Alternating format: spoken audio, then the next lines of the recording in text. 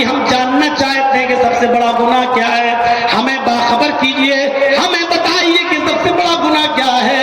آپ نے فرمایا الشرک باللہ، اللہ کے ساتھ کسی کو شریک کرنا، وعقوق الوالدین، اور ماں باپ کی نافرمانی کرنا، اور ماں باپ کی نافرمانی کرنا یہ سب سے بڑا گناہ اللہ کے نبی جناب محمد رسول اللہ صلی اللہ علیہ وسلم بیان کر رہے ہیں۔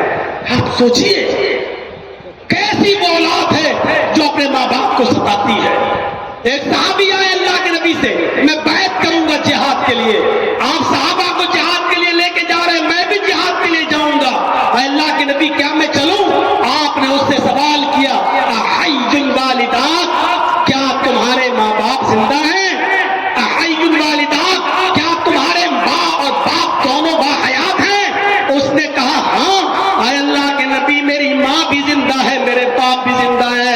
آپ نے فرمایا فَفِيهِمَا فَجَاهِدْ، جاؤ ان دونوں ہی کی خدمت کرو، ان دونوں کی سیوا کرو، ان دونوں کا کہا مانو، ان دونوں کی اطاعت کرو، یہی جہاد ہے اور تمہیں جہاد کا ثواب ملے گا۔ غور کرو میرے پیارے ساتھیوں، اندازہ لگا سکتے ہیں آپ ماں باپ کا مقام اور ماں باپ کا درجہ کیا ہے۔ حضرت معاذ ابن جبل فرماتے ہیں کہ اوصانی رسول اللہ صلی اللہ علیہ وسلم بعشر کلمات، کہ مجھے میرے نبی محمد رسول اللہ نے 10 باتوں کی نصیحت مجھے فرمائی، 10 باتوں کی وصیت فرمائی، اور 10 باتوں میں پہلی بات یہ تھی، آپ نے فرمایا اے معاذ ابن جبل لا تشرک باللہ شیئا ان قتلت او حرقت، اے معاذ اللہ کے ساتھ کبھی کسی بھی حال میں کسی کو شریک مت کرنا، ان قتلت او حرقت، اگر تجھے قتل کر دیا جائے، اگرچہ تجھے جلا کر راکھ کر دیا جائے، تجھے جلا کر بھسم کر دیا جائے، تب بھی اللہ کے ساتھ کسی کو شریک مت کرنا۔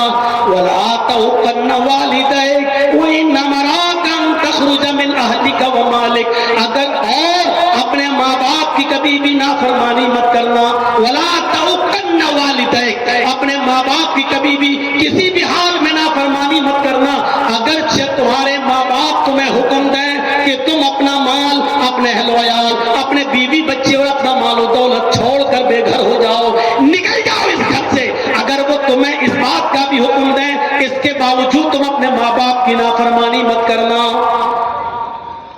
اس حدیث سے والدین کی اہمیت کا اندازہ لگا سکتے ہیں، ماں باپ کے مقام کا پتہ چلتا ہے۔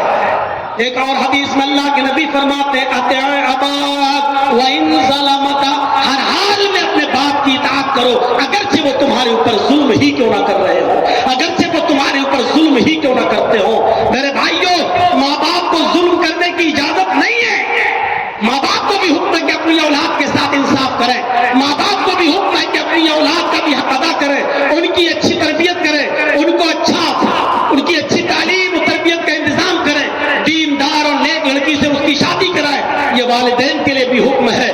لیکن اس حدیث سے ماں باپ کا پتہ چلتا ہے اس کی اہمیت کا، کہ اللہ کے نبی نے کہا اپنے ماں باپ کی اطاعت کرو اگرچہ وہ تمہارے اوپر ظلم کر رہے ہو، یعنی ان کے ظلم کے باوجود بھی اپنے باپ کو تم مار نہیں سکتے ہو، ان کو پیٹ نہیں سکتے ہو، ان کو گالی نہیں دے سکتے ہو، ان کو برا بھلا نہیں کر سکتے ہو، یہ مقام و مرتبہ ہے۔ امام بخاری رحمۃ اللہ علیہ اپنی مشہور و مایہ ناز تصنیف الادب المفرد کے اندر ایک واقعہ نقل کرتے ہیں، ذرا اس واقعے کو سنیے۔ نوجوانوں، تمہارے مطلب کا واقعہ ذرا سنیے، اور اس کو کوئی معمولی شخصیت بیان نہیں کر رہی ہے، درج نہیں کر رہی ہے، امام بخاری نقل کر رہے ہیں الادب المفرد کے اندر۔ حضرت عبداللہ ابن عباس رضی اللہ تعالیٰ عنہ کے پاس ایک شخص آتا ہے اور کہتا ہے کہ اے عبداللہ،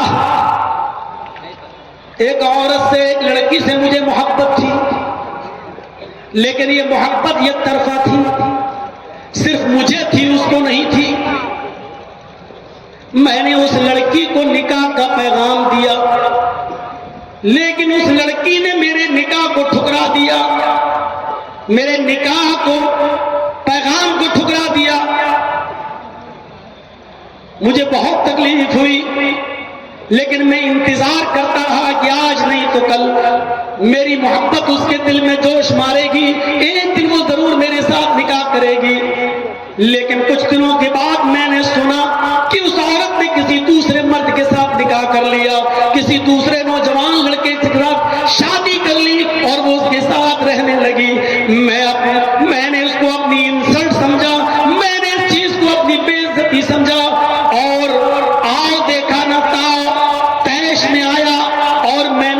خنجر لیا اور اس عورت کے اس لڑکی کی تلاش میں رہا، اور جیسے ہی میں نے اس کو تنہائی میں پایا میں نے وہ خنجر اس کے پیٹ میں مار دیا اور اس کو قتل کر دیا، اس کو مار ڈالا۔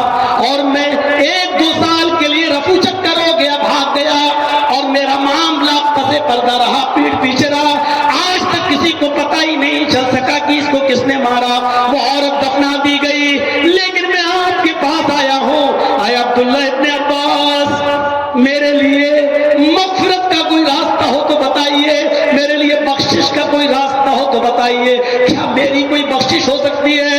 میری کوئی بخشش کی امید ہے؟ کیا کوئی ہے ایسی دعا؟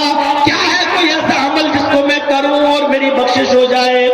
عبداللہ ابن عباس رضی اللہ تعالیٰ عنہ نے اس سے پوچھا، حل امک حیۃ، کیا تمہاری ماں زندہ ہے؟ کیا پوچھ رہے ہیں؟ کیا تمہاری ماں باحیات ہے؟ کیا تمہاری ماں زندہ ہے؟ اس نے کہا نہیں۔ کہا تمہاری ماں نہیں ہے؟ کہا نہیں۔ کہا اچھا جاؤ توبہ کرو، استغفار کرو، رو رو کر اپنے گناہ کی معافی مانگو، شاید اللہ کو رحم آ جائے اور اللہ تمہیں بخش دے، اللہ تمہاری مغفرت فرما دے، ہو سکتا ہے وہ بخش دے، غفور رحیم ہے۔ جاؤ۔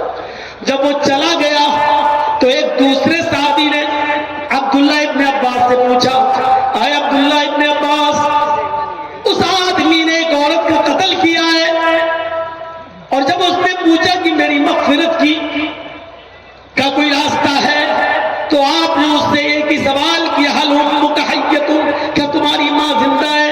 آپ نے اس کو ماں کے بارے میں کیوں پوچھا؟ آپ نے اس سے اس کی ماں کے بارے میں کیوں سوال کیا کہ تمہاری ماں زندہ ہے؟ تو عبداللہ ابن عباس فرماتے ہیں میں نہیں سمجھتا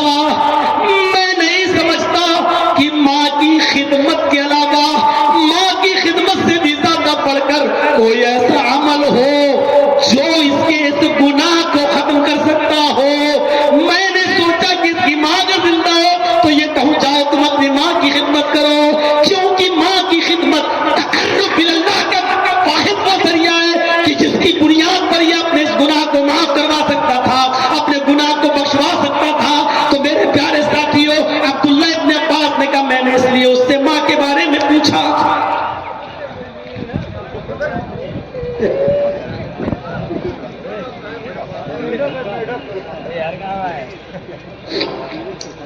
یہاں سے ماں کے مقام اور ماں کے مرتبے کے بارے میں ذرا اندازہ لگائیے۔ امام بخاری نقل کر رہے ہیں الادب المفرد کے اندر کیا کہہ رہے ہیں کہ عبداللہ ابن عباس نے کہا میں نے اس لیے ماں کے بارے میں پوچھا تمہاری ماں زندہ ہے کہ ماں کے ساتھ اچھا برتاؤ کرنا، اس کی خدمت کرنا، اس کی اطاعت کرنا، اس کی بات ماننا اور اس کی خدمت، یہ واحد وہ ذریعہ ہے جو اللہ کے بہت قریب کر دیتا ہے۔ اگر اس کی ماں زندہ ہوتی تو میں اس کو یہی حکم دیتا، لیکن اب ماں زندہ نہیں ہے تو پھر میں نے اس کو گناہوں سے استغفار اور توبہ کے لیے حکم دیا کہ جاؤ نہ کرو۔